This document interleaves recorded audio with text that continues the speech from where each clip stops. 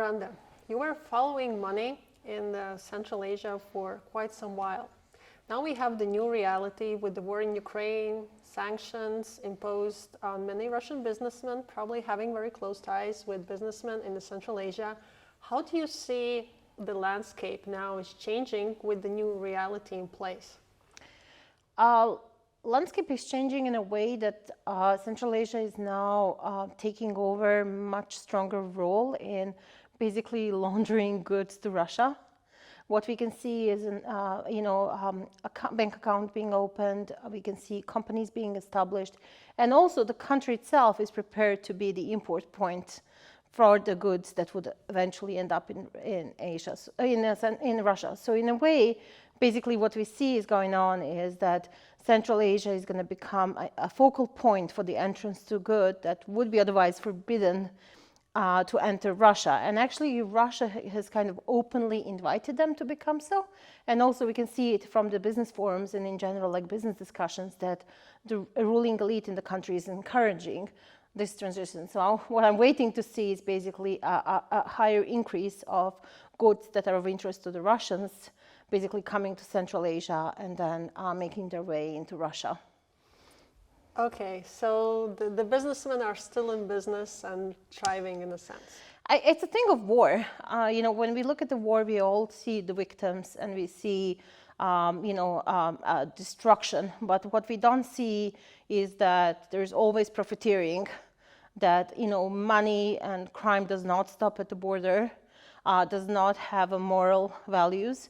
And we can see that, where there is money, there is interest, there are people who are willing to facilitate any kinds of goods. And, for me, I was very young when we had the war in Sarajevo, in Bosnia. And, I remember being under siege and you kind of fighting with your life and you're thinking like, somebody will rescue. But at the same time, what you fail to see is basically that even when you have a conflicting sides, they sometimes work together. And there are enough people who will try to enrich themselves on whatever trouble the country is in. Well, today you were moderating panel about Pegasus, the zero-click surveillance program. Coming back to more basic levels of scams targeting regular people on social media, say a Nigerian prince wants to inherit all his fortune. Or American soldier waiting to be rescued with the love of, old widow somewhere in Europe. Yes, yeah. Many of them.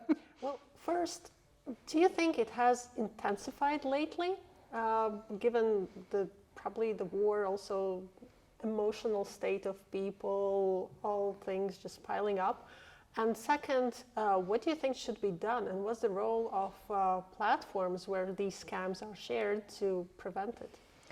I don't know if it has intensified because it's very difficult to quantify something like that. But what I do see is there are more reports and there are more investigations, that were initiated by the stories of women or men that have been defrauded. So I think it is, if the law enforcement is acting, it means that there's so much of it out there that basically victims are speaking up. I also often see the warnings to not fall for this kind of scams, and I can see that there is like more education in the public. So that suggests there is more. What the companies are doing to prevent that. I think in some cases these kind of messages are identified and they ended up in spam.